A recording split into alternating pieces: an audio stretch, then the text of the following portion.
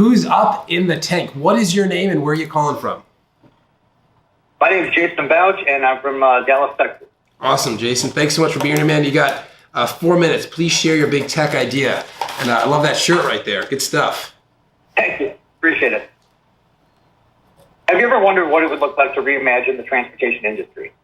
My intention to streamline the selection process and capacity issues that are plaguing shippers today and create a solution that is a third-party platform that would revolutionize the transportation industry, much like Amazon revolutionized the retail industry. It's my vision that we would have a B2B PaaS business model that would also have the potential to have a subscription model added on later. We would attract users through advertising on platforms like Facebook, LinkedIn, YouTube, and other industry models, as well as XM radio. Being first to market is always preferred, so this presents a great opportunity since this platform isn't currently being utilized publicly. There are platforms that are similar. Uber's tried to do some stuff like this, and Amazon also has a model kind of like this, but they haven't quite hit what we're talking about. I've been in the transportation industry for 24 years, and 17 of which I've spent as a freight broker. I've been a student of Grant since 2019. I've worked closely with Brandon Dawson and the Cardone Ventures team, as you can see, since March of 2020.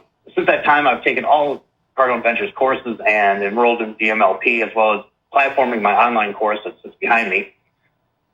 And I've also had the honor of being one of the first contributors to the Blueprint Project. My team is currently enjoying weekly training with Cardone U, and we're very well versed in all the offerings. Frankly, I'd be terrified if I was not the first one not to come to the market with this thing, because this will just destroy what I do as a broker. We're talking about a business that generates $732 billion in freight revenue, and also represents 8% of the nation's freight bill as of 2020. Does it sound like something your company could benefit from? Awesome. Love it, man. So tell me exactly, what does it do? Give me like some of the nuts and bolts, like what will this platform do? Okay. What we're doing is we're taking the current model that we have that the industry uses. Is we've got trucks that are posting themselves on load boards, and then you've got customers or brokers that are going out and looking for them and matching everything up. There's a lot of negotiation, a lot of maneuvering around, and then you have to go to other platforms to verify the equipment's good, verify all the information. What we're talking about doing is streamlining all that and making it so that it's point-click sale. So you're looking at the trucks. The trucks are posting on the website as a product, much like Amazon does with a third-party provider, right? So these trucks, you can say you have one truck, and it can say, okay, well, I've got this truck, and I'll go to Atlanta for $3,000. I'll go to Dallas for $2,500, and I really don't want to go to Washington, but I'll go there, and I'll do it for $5,000. And so then you've got the shipper who's going, okay, I need a truck to go to Atlanta. All right, there's this guy. Now you've got a list of all these different trucks that are doing the same thing. Excuse me.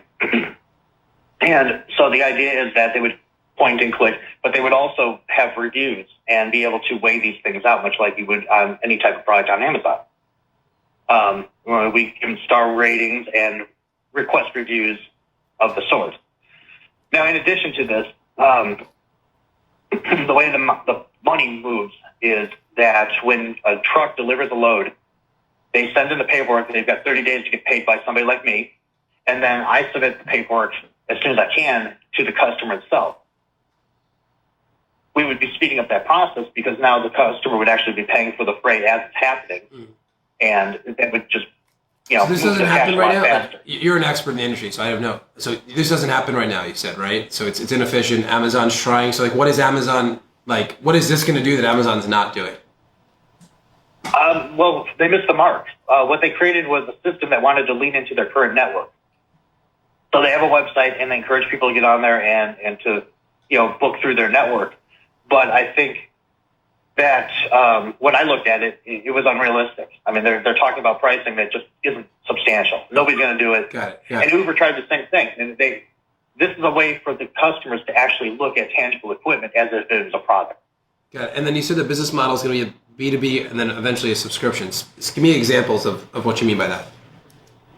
Well, we are really actually dealing with business to business. We're taking the shippers and we're directly connecting them to the trucks themselves. And could have some type of subscription model in there as it goes down, as the company's developed, because you might be able to do some different augmentation with the subscription. Have you ever seen the platform Uber Freight put together? I'm sorry, it broke up. Oh, have you ever seen the platform that Uber Freight put together? It is very similar. Okay. But like I said, they're not giving the customers transparency to the actual truck. They're just saying, hey, we can send trucks here and this is the price. Okay. And do you think they're not giving them transparency to the truck so they don't take it off the platform? They're not successful. Their business model is to lose money as fast as possible and let the cars sustain the damage. They're making so much money over here that they don't care what the truck side is doing. And the truck side is not doing well. I work with a customer that Uber Freight is actually their last call. And it's just kind of like a Hail Mary in a way. I mean, it's not good. Okay, so because I almost just can't believe, because what you're pitching, it sounds so simple. Like, there's this marketplace that exists today, and there's brokers in between this marketplace, and people need to move freight all the time, and nobody has built a platform to streamline that communication. I feel the same way. I'm shocked. Yeah, it's shocking. Yeah. I got the idea. I was listening to the Everything book, and I was in the shower, and I heard this. And I'm like, all of a sudden, like this light bulb went off. I'm like, we could do this. This is how you do this. Got out of the shower. I'm soaking wet. Wrote it down. Went back, finished my shower, and my wheels are turning and stuff. I'm burning up. I'm like, holy shit. When was that? How long was that? That was about 2019, 2020. Okay, nice. Cool. Yeah, listen. If it doesn't exist, we got to go fast, right? This is, it's like so necessary and obvious, right? Yeah. So in my previous position, I did a lot of things with the logistics industry. I was helping the port place freight, and then I was also helping third-party logistics companies place their warehousing space and all those kinds of things.